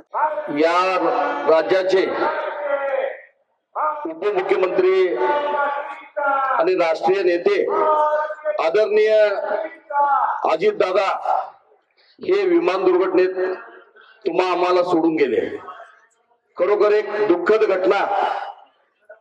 आम्हा आयुष्यामध्ये हे बघायला नको होतं ते पाहायची वेळ आली. आणि खरोखर ज्यावेळी पहिली बातमी समजली ते आदरणीय तुमचे आमचे नेते मुश्रीफ साहेबांच्या ज्यावेळी कानावर पडली त्यावेळी मुश्रीफ साहेब एवढे भावुक झाले की आपल्या कुटुंबातला एक करता समर्था व्यक्ती, राज्य चालवणारी व्यक्ती, देशाचं नेतृत्व करणारे नेते हे आपल्यातनं निघून गेले हे प्रचंड दुःख झालं. आणि एवढंच नाही की असल्या या होऊ घातलेल्या जिल्हा परिषद पंचायत समितीच्या निवडणुकीच्या धामधुमीत साहेबांनी आपल्या मतदारसंघाचा सगळा दौरा रद्द केला. आणि ज्यावेळी कुठं जायचं म्हटलं तर हुंदका फुटायला लागला. आणि त्याच्यानंतर कडगावची सुद्धा सभा होती. मी खूप आग्रह केलं साहेबांना, साहेब काही करून तुम्ही यावं लागतंय. साहेब अजिबात यायला तयार नव्हते. पण मी विनंती केल्यावर ते आले. आल्यानंतर नुसता फोटोपूजन केले, श्रद्धांजली वाहिली आणि पालावलेल्या डोळ्यांना पुन्हा निघून गेले. म्हणून आजची सभा खऱ्या अर्थानं मला 15 गावचे सगळ्या प्रमुख लोकांना, माता भगिनी तुम्हा सर्वांना बोलवून आजची सभा मुश्रीफ साहेबांची एक चांगली व्हावी, मुश्रीफ साहेबांचे विचार तुमच्या कानावर पडावेत. कारण का या 15 गावामध्ये मुश्रीफ साहेबांची सभा झाली नाही आणि ही शेवटची आपली आज सभा असणार आहे. आणि म्हणून आज मुश्रीफ साहेब जड अंतकरणानं ते इथं आले. आणि खरोखर हे सगळं करत असताना या विभागाचा चेहरा मोहरा बदलण्याचं काम खऱ्या अर्थाने मुश्रीफ साहेबांनी केलं. आज तुम्ही बघितलंय इथे बसलेल्या प्रचंड संख्या महिलांची आहे. एका बाजूला इकडे पुरुषांची संख्या आहे, तरुण मुलांची संख्या आहे. या सगळ्या ज्यावेळी मुश्रीफ साहेबांनी काम केलेलं आहे तुमचं त्यावेळी प्रेमापोटी तुम्ही इथपर्यंत आलेला आहे. मुश्रीफ साहेबांनी इथं बसलेल्या प्रत्येक महिलांच्या घरामध्ये तिच्या आयुष्यामध्ये सुख यावं, तिच्या घरामध्ये बारक्या छोट्या मोठ्या सगळ्या योजना जाव्यात याच्यासाठी सातत्याने प्रयत्न केलेले आहेत. तुम्हाला माहिती आहे बांधकाम कामगारांची योजना आणली, सुरक्षा संच दिलं, त्याचबरोबर तुम्हाला भांड्यांचा संच दिला, त्याचबरोबर विद्यार्थ्यांची शिष्यवृत्ती दिली, कोट्यावधी रुपये शिष्यवृत्ती तुमच्या मुलांच्या फीसाठी म्हणून आली. हे सगळं एवढं मोठं काम केवळ मुश्रीफ साहेब या राज्यात करून दाखवलेले आहेत. आणि म्हणून मी सांगतो की तुमचे आमचे नेते हे बलवान आहेत. एवढ्यावर मुश्रीफ साहेब थांबलेले नाहीत. आपली लाडकी बहीण, हे लाडक्या बहिणीला कुठेतरी एक आधार व्हावा, तिला काहीतरी एक पेन्शन सारखं काहीतरी तिला मदत व्हावी, याच्याकरता महिन्याला 1500 रुपये देण्याचं काम सुद्धा मुश्रीफ साहेब सातत्यानं चालू ठेवलेली आहे ही योजना. आणि मुश्रीफ साहेबांच्या नेहमी एक विचार असा डोक्यात असतो की सामान्यांच्यासाठी कोण काय करत नाहीत, त्याच्यासाठी आपण काहीतरी करायचं, हे नेहमी त्यांची आमच्यासारख्या कार्यकर्त्यांना शिकवण आहे.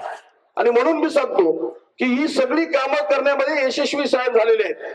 आणि आता ही होऊ घातलेले इलेक्शन जे आहे, आज खरं सांगतो की 2012 ते 17 या कालावधीमध्ये सौभाग्यवती शैलजा पाटलांना तुम्ही निवडून देण्याचं खऱ्या अर्थानं काम केलं.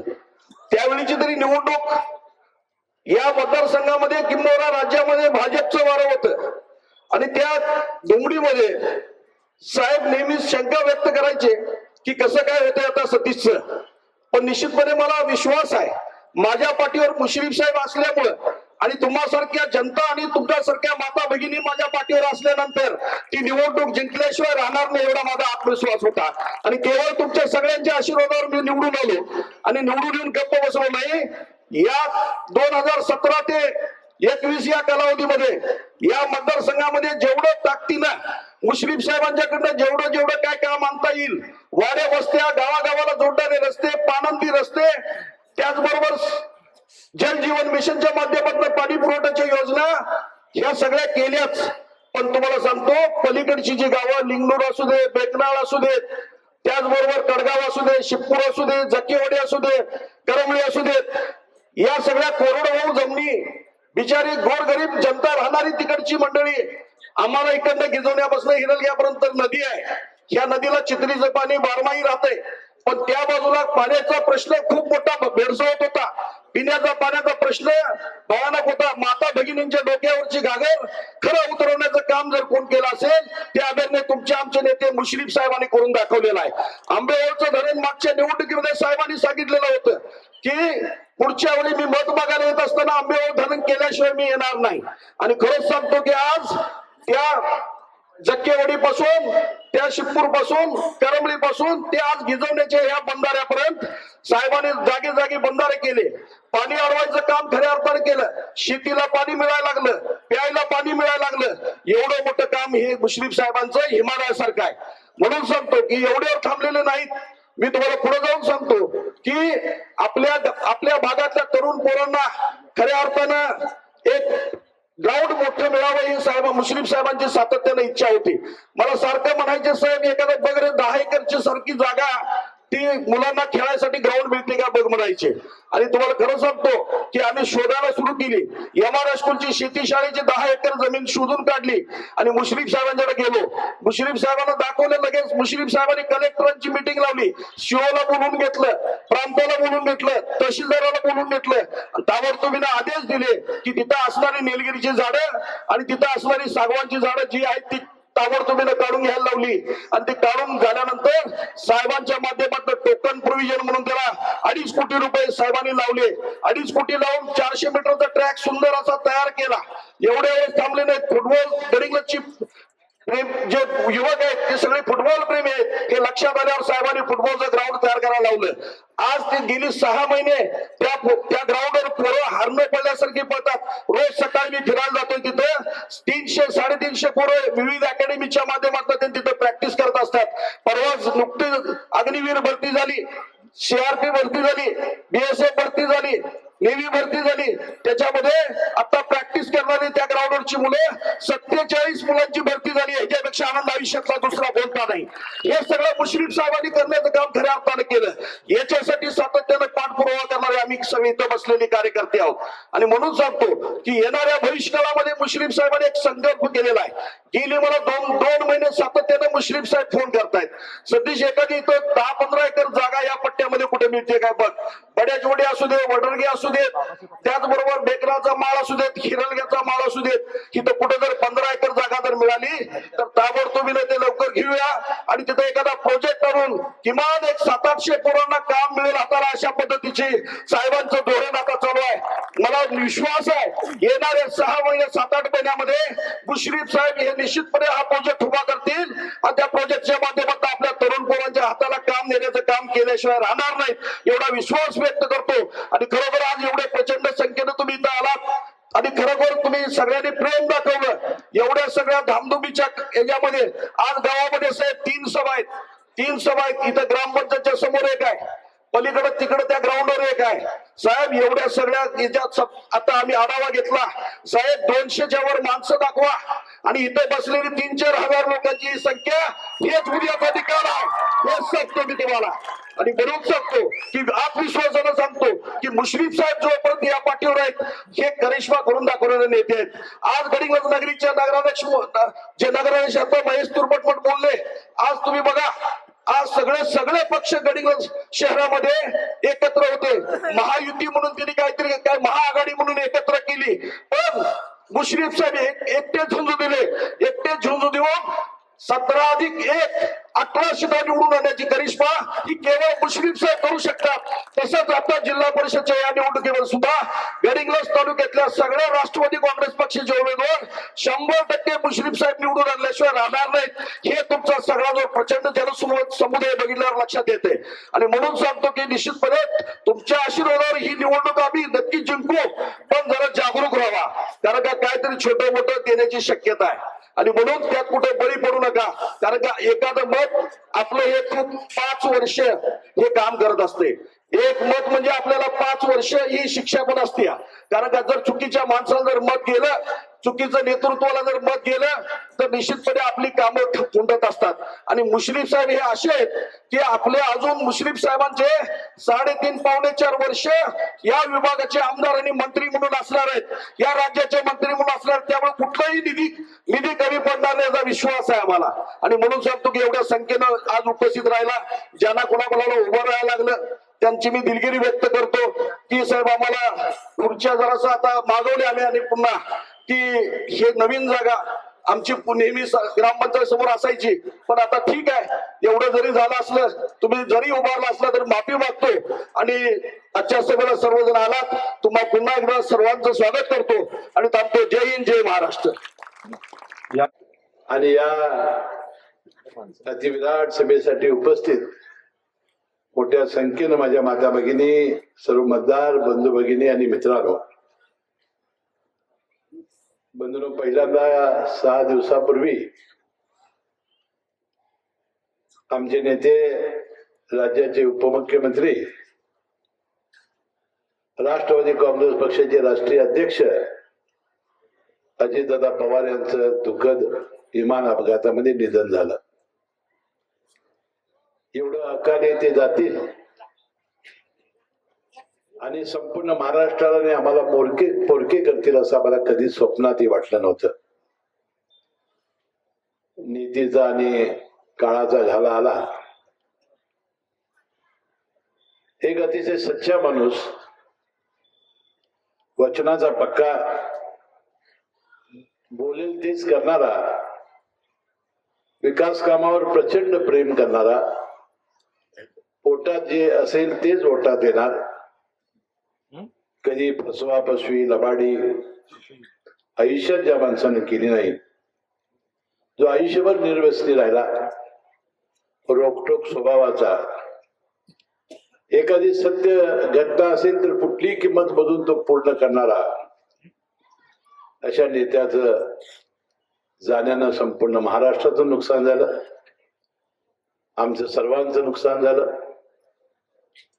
आमचा एक आधारवड कोसळला. आज आपण त्यांच्या मृतात्म्याला परमेश्वरानं शांती द्यावी अशी प्रार्थना मी करतो.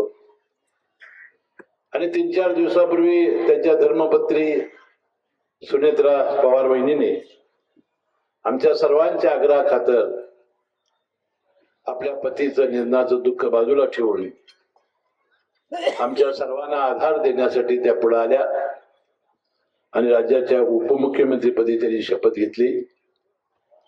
आपण अपेक्षा करूया अजितदादा पवार यांच्या जाण्यानं जे त्यांचं स्वप्न अपूर्ण राहिलेलं आहे ते पूर्ण करण्याची ताकद आणि हिंमत त्यांना मिळावी. त्यांचं जे कुटुंब, त्यांना जे दुःख झालेलं आहे त्यातून सावरण्याची हिंमत आणि शक्ती परमेश्वरानं त्यांना द्यावी अशी प्रार्थना तुमच्या वतीनं मी करतो. म्हणून शेवटी नीतीच्या पुढे आपलं कुणाचं काही चालत नाही. काळ आला तर कुणाचंही आपण थांबवू शकत नाही, पण त्याचा जीवनाचं राहडगाडचं पुढे चालवावं लागेल. अजितदादा सुद्धा सातत्याने हेच सांगत होते आणि आता जिल्हा परिषदेच्या निवडणुका या 7 तारखेवर येऊन ठेपलेल्या आहेत. मला एका पहिल्या गोष्टीचा खुलासा आपल्याला केला पाहिजे. या जिल्हा परिषद निवडणुका लागल्यानंतर आणि संपूर्ण महिला आरक्षण पडल्यानंतर जिल्हा परिषदेची उमेदवारी कुणी करावी हा प्रश्न मी सगळ्या माझ्या या मतदारसंघातील प्रमुख कार्यकर्त्यांना घेऊन विचारला. सतीश पाटील निवडणूक लढवायला तयार नव्हते. ते म्हणाले की सातत्यानं सर्व ठिकाणी मी असल्यामुळं साहेब लोक टीका करतील, विनाकारण निगेटिव्ह जाईल आणि तुम्ही दुसरा उमेदवार शोधावा अशी त्यांनी विनंती मला केली होती.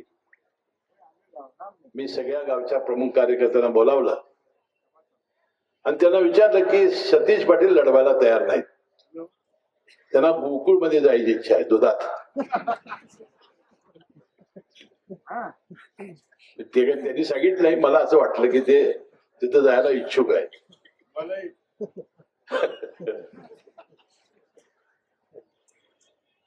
परंतु सगळ्या कार्यकर्त्यांच्या म्हणणं होतं की बाबा ह्यांना या निवडणुकीमध्ये जर टक्कर द्यायची झाली तर सतीश पाटीलच देऊ शकतील, वहिनीच देऊ शकतील.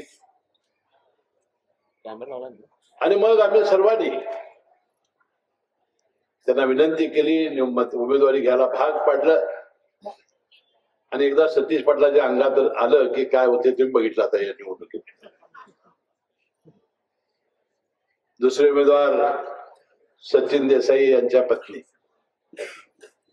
वास्तविक यंत्रणाचे आमचे विशाल देसाई इच्छुक होते.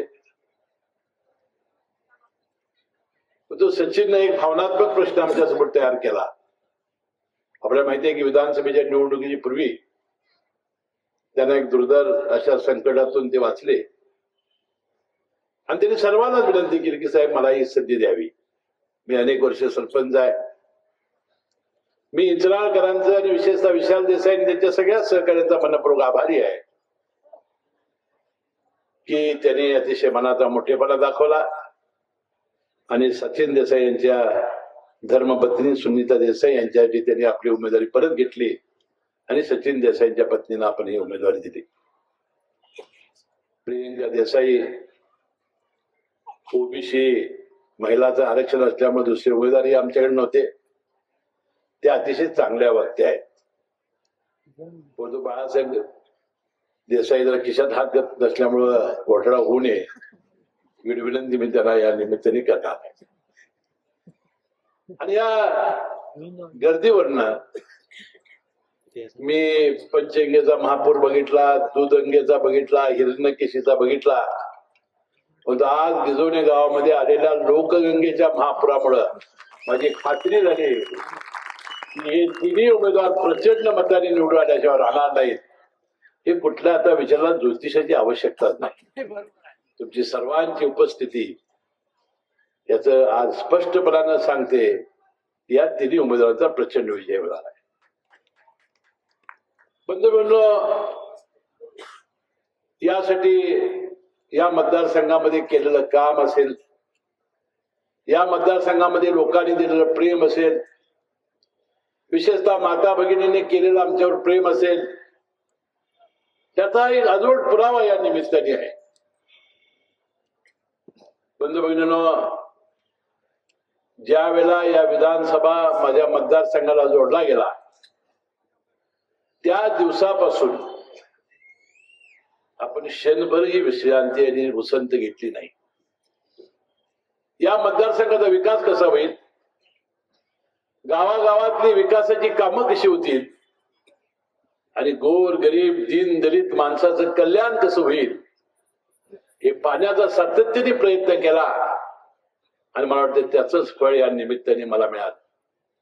मी सविस्तरपणानं भाषण 10 वाजेपर्यंत करणार आहे. तुम्हाला कंटाळा नाही ना होणार आहे ना?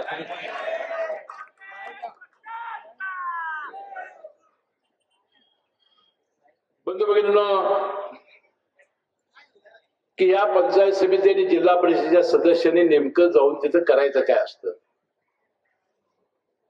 माझ्यासारख्या कार्यकर्त्याला असं वाटतंय की गावागावातल्या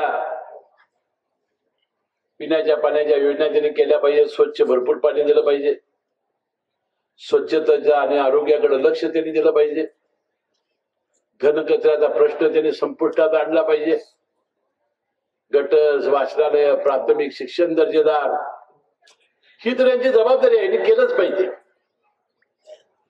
परंतु विकास काम हे निरंतर काम आहे. एकदा रस्ता केला की 5 वर्षांना उकडणार, तो पुन्हा करावा लागणार. पाण्याची योजना एकदा केली की गावाचा विस्तार वाढला की नव्याने ती करावी लागणार, पाण्याच्या टाक्या नव्याने कराव्या लागणार, नळ बदलावे लागणार, गटर्स पुन्हा दुरुस्त करावे लागणार. हे निरंतर आहे.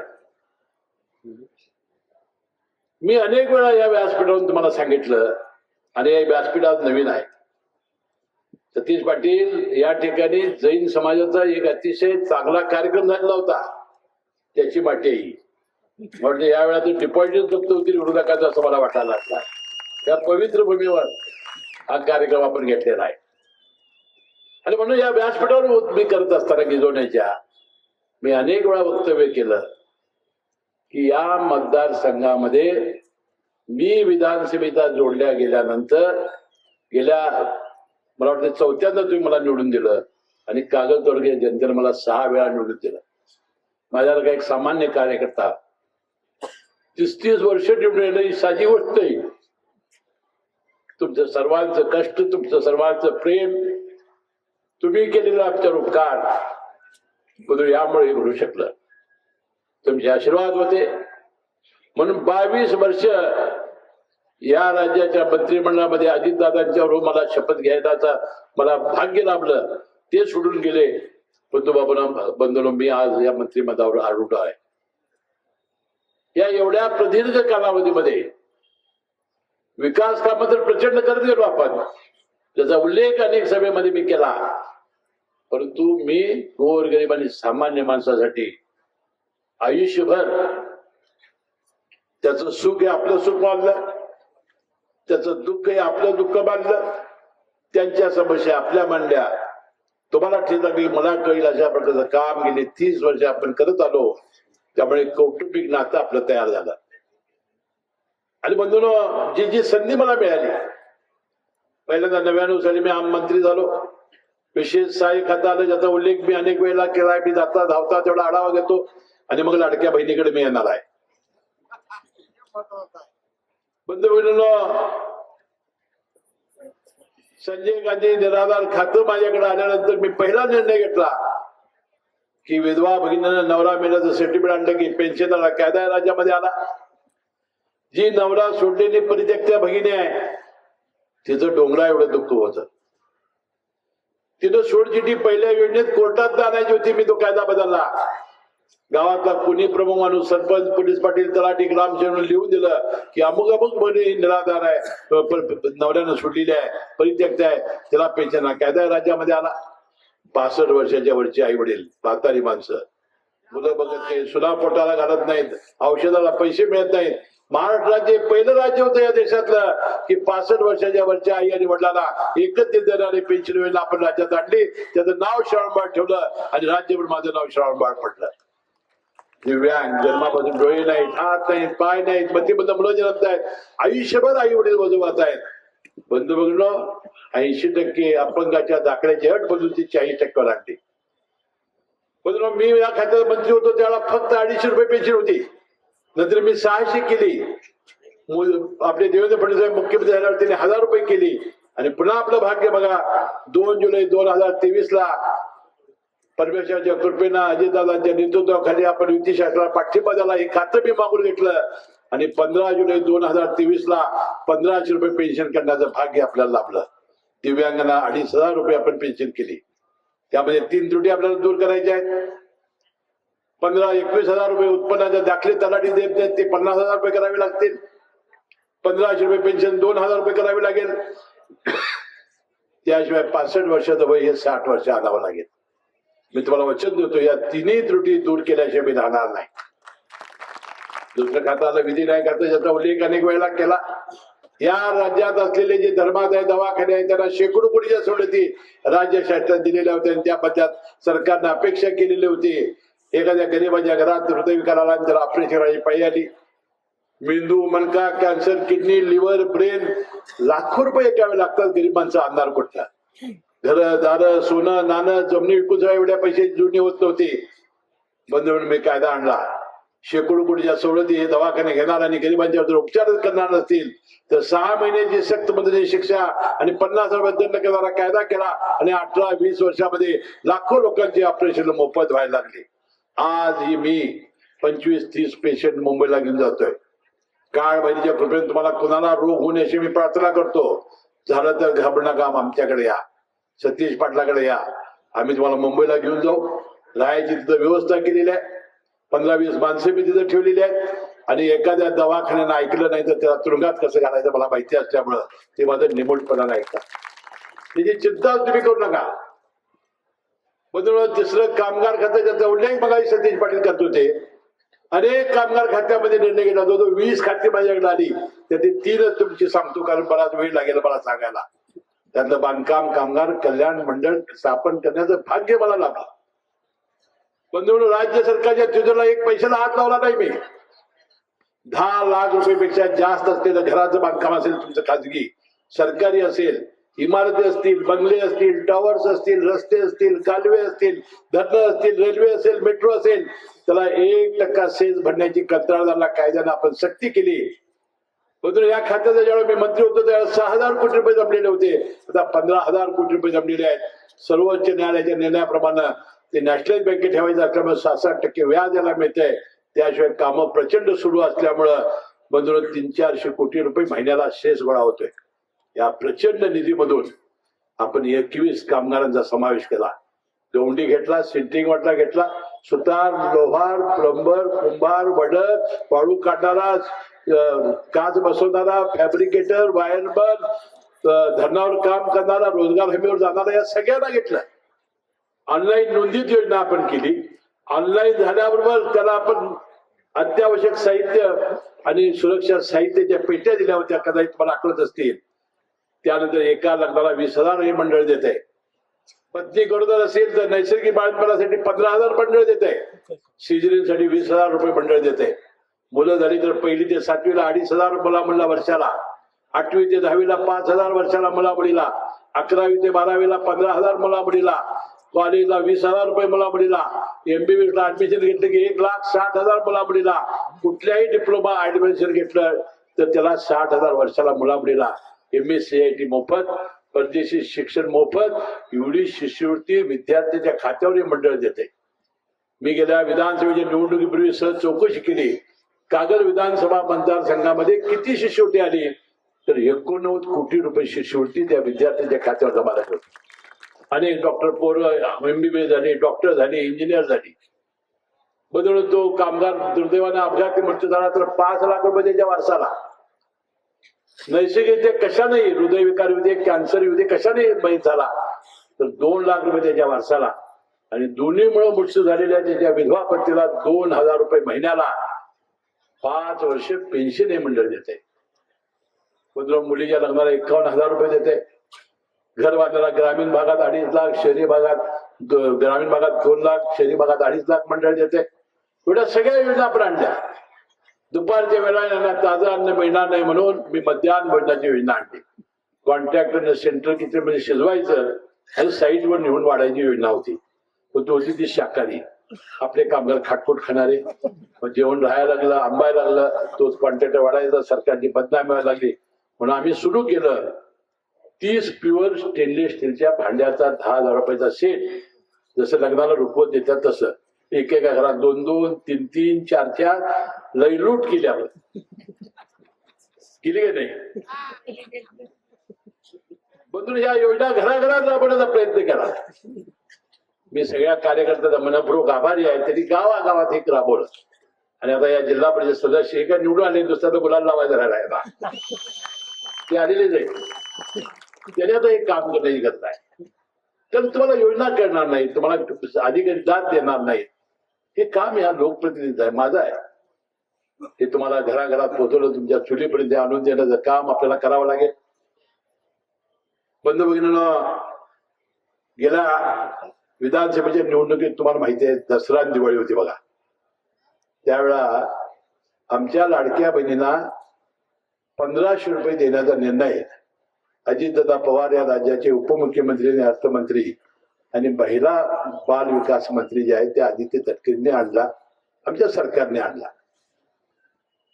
दसरा आणि दिवाळीच्या मध्ये 7,500 मुलीला आणि 7,500 आईला किमान एकेका घरात 15,000 रुपये आले. बाजारपेठा फुल झाल्या. साडीला नवऱ्याकडे पैसे मागायचे, माझ्या बहिणीला गरज लागली नाही, त्यांनीच उसणं घेतला जातो आणून द्यायचा. बंधू एकही महिना आम्ही चुकवला नाही. 46,000 कोटी रुपये खर्च करून 46,000 विकास कामांना कात्र्या लावल्या, विकास कामं थोडी आणली. तर तुमची पेन्शन का आम्ही बंद केली नाही, ती बंद होणार नाही. बंद केलं आम्हाला माहिती आहे काय होणार आहे आमचं, आम्हाला घरात बसायला लागलं. आणि परंतु आम्ही वचन दिलंय 2100 रुपये द्यायचं. येणाऱ्या 7 तारखेला हे तिन्ही घड्याळाचं म्हणजे बटणं कटाकट कटाकट कटाकट दाबा. तुम्हाला 2100 रुपये दिल्याशिवाय आम्ही राहणार नाही. त्याशिवाय तुम्हाला एसटी मध्ये 50% सवलत दिलेली आहे आम्ही. आणि भारत देश हा जगातला एक देश आहे की 80 कोटी जनतेला तांदूळ आणि गहू मोफत देतोय, मोफत, आणि उद्याही देणार. महिला बचत गटाच्या योजना आम्ही आणल्या. लखपती दिदी 1 लाख रुपयाची योजना आणली. त्याशिवाय लाडक्या बहिणींचे पैसे आमच्या बँकेत, कोल्हापूर जिल्हा मधील बँकेत येतात, त्यांना 30,000 रुपये बिनव्याजी देतोय. उद्या काही दिवसात 1 लाख रुपये आम्ही देणार आहोत. हे कशासाठी करणार आम्ही? तुम्हाला संसाराला मदत व्हावी, तुमच्या मुलाबाळांचं शिक्षण चांगलं व्हावं, थोडक्या पैशासाठी नवऱ्याकडे हात पसरावे लागू नयेत, यासाठी आम्ही हे सगळं करतोय. माझी विनंती एवढी आहे, मुलाबाळांना शिकवा, त्याला मोठं करा, त्याला इंजिनियर करा, डॉक्टर करा, IAS IPS काय बी करा. पण तो मुलगा संध्याकाळी घरात वेळोवेळ येते का बघा, कुठल्या वाईट संगतीत लागलाय की नाही याची काळजी घ्या.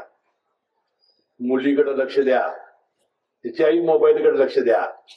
म्हणजे टीव्ही आणि मोबाईल आहे ना, तिथेही आता घातक वस्तू आहे, ते बंद करता आलं तर करा थोडे दिवस, मुलाचं शिक्षण होतं बरं. आणि तुम्ही सगळ्यांनी आपली मुलं चांगली शिकवा, तुमचा सुखी संसार व्हावा अशी प्रार्थना परमेश्वर करत आणि काळ भैरीकडे मी करतो. पण ह्यासाठी राजकारण आहे, समाजकारण आहे. कुठं रस्ते कर, कुठं हे कर, हे तर केलंच पाहिजे. परंतु ह्या लोकांचं कल्याण कसं होईल? परंतु आता मग उल्लेख सतीश पाटलांनी आपल्या याच्यात केला. आता एक गणिलच बाबासाहेब कुपेकरांचं मला आभार पाडले पाहिजे. ते 100 कॉटचं हॉस्पिटल त्यांनी केलं. मी ते 200 बेडचं हॉस्पिटल, कोरोनाच्या काळात फील्डचे 100 कॉट वाढवले. पुन्हा तिथं मोफत एक्सरे आणला, मोफत सिटी स्कॅन आणला, पण आता मोफत MRI आपण आणणार. म्हणजे ती व्यवस्था चालू केली. ICU नव्हते तर ICU सुरू केलं. बंधू भगिनींनो, मला वैद्यकीय शिक्षण खात्याचा कार्यभार मिळाल्यावर कधीतरी वेळ मिळाला की जरा कोल्हापूरला CPR दवाखाना जो मोठा आहे जाऊन या. तुम्ही बघायला की हो CPR आहे काय, ह्यो जसलोक झालाय का बॉम्बे हॉस्पिटल झालाय, इतकं सगळं बदलून टाकलं मी. सगळे वार्ड, दुधंगा वेदंगा काय काय वार्ड सगळे बदलले, चकाचक केले. 12 ऑपरेशन थिएटर्स नव्यानं केले. त्याचं एक्सरे, CT स्कॅन, MRI, सगळ्या मेमोग्राफी, सोनोग्राफी सगळे मशीन नवीन आणले. म्हणून सगळे वार्ड चकाचक केले. ते पूर्ण मी जेव्हा पहिला मंत्री झालो आणि ते बघायला गेलो होतो, त्यावेळा ते नातेवाईक त्या पायऱ्यावर झोपलेले. एकही स्वच्छतागृह चांगलं नव्हतं. बोळे फेकून पाणी आणलेलं, ड्रेनेज तुंबलेलं, घाण वास. आज जाऊन बघून या. नातेवाईकासाठी त्या 11 इमारतीवर मी शेड मारले आणि जवळजवळ त्या 11 इमारतीवर 2000 नातेवाईकांची तिथं राहण्याची व्यवस्था केली. सोलर करतोय आता आपण. आणि राजश्री छत्रपती शाहू शासकीय महाविद्यालय MBBS, MS आणि MD साठी शासकीय महाविद्यालय आहे, ते तिथं भरत होतं. तिथं सुविधा कमी पडत होत्या म्हणून शेडला पार्कला 30 हेक्टर जमीनवर मुलांचं हॉस्टेल, मुलींचं hostel, study room, examination hall, auditorium आणि 1100 बेडचं हॉस्पिटल, सर्वात मोठं आता काम चालू आहे. जगातलं फास्टेस्ट इमारत चालू आहे. म्हणून एकदा वर्ष 1.5 वर्षात हे 1100 बेडचं हॉस्पिटल झालं. त्यातलं 600 जनरल, 250 कॅन्सर आणि 250 सुपर स्पेशालिटी बेड्स आहे ते झालं. तर मी तुम्हाला वचन देतो, एकाही माणसाला कोल्हापूर जिल्ह्यातल्या कोल्हापूर आणि मुंबईला, पुण्याला किंवा मुंबईला जायला लागणार नाही, अशी बळकट व्यवस्था मी केल्याशिवाय राहणार नाही. कधीतरी फेरी मला एखादा मंत्री प्रामाणिकपणाने तळमळीने काम करायला लावलं तर किती करू शकतो हे तुम्हाला दिसून येईल. म्हणून आपल्याला जो आमचा कडगाव गिजोणे हा जिल्हा परिषद मतदारसंघ माझ्यात आला, एका बाजूला नदी गेली, म्हणजे ह्या सगळ्या गिजवणे आणि ह्या भागातल्या सगळ्या, म्हणजे त्यात ऐनापूर, कौलगे, इंचनाळ, बेळगुंदी ह्यांना नदी मिळाली. परंतु इकडचे जे लोक होते गावं, कडगाव असेल, लिंगनूर असेल, बेकनाळ असेल, ह्या लोकांना पाणी प्यायला नव्हतं, ज्याचा उल्लेख मग स्थितीत केला. आंबेओळ प्रकल्पाची सुधारणा 1999 साली बाबासाहेब कुपेकरने केली.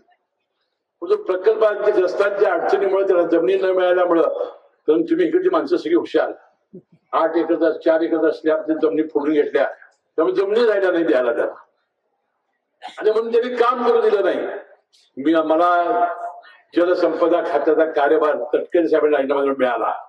तेवढ्या काळात मी हेक्टरी 38 लाख रुपयाचं पॅकेज आणलं आणि त्यांना सांगितलं, जमिनी आता आम्ही देऊ शकत नाही, जमिनी आता काळजाच्या शेतकऱ्यांचे तुकडे झालेले आहेत, आता ते काय मिळणार नाही, तुम्ही पैसे घ्या. मी मला आभारी आहे त्या आंबेओळ प्रकल्प असताना त्यांनी 38 लाख हेक्टरी पैसे घेतले आणि आमचा मार्ग मोकळा झाला. पाणी गेल्या 2-3 वर्षापूर्वी आणलं आणि त्या सगळ्या गावांचं कल्याण झालं. पण लोकप्रतिनिधी म्हणजे करायचं काय असतंय? मी काय तुमच्या घरात येऊन काय खापऱ्या बदलणार नाही किंवा मी शेक करणार नाही. मी तुमच्यासाठी जे जे असेल ते तुमच्या दारात कसं येईल, तुमच्या पदरात कसं पडेल, तुमचं जीवनमान सुखी कसं होईल, तुमच्या जीवनात चांगले कसे दिवस येतील, हाच प्रयत्न मी कार्यकर्ता म्हणून करणार आणि माझे कार्यकर्ते सुद्धा त्यांनी केलेले आहे. बंधूंनो, आता याचा उल्लेख आपल्या सतीश पाटलांनी केला. हे फुटबॉल वेळ गाव आहे, गडिंग्लज शहर.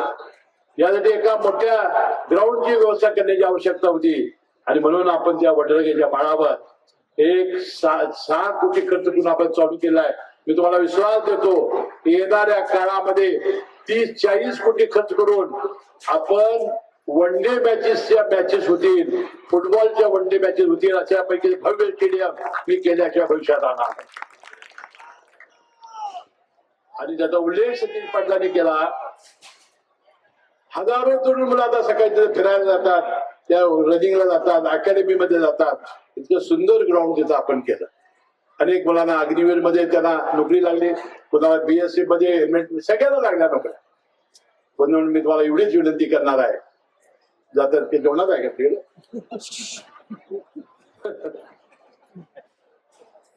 मी आता जाता एवढीच विनंती करणार, जास्त त्याच्याने या तुम्ही काय आडवा तुमच्या येणार नाही. मी एवढीच विनंती करणार आहे की असंच काम करण्याची शक्ती तुम्ही मला द्या. हे फार पुढे आपल्याला न्यायचं आहे.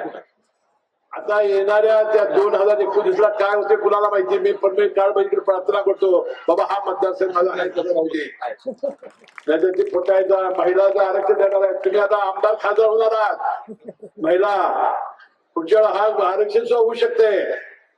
मी काय माझ्या बायकोला हवा करणार नाही, परंतु तेवढ्या जागा वाढणार आहेत, नवीन पुनर्रचना होणार आहे.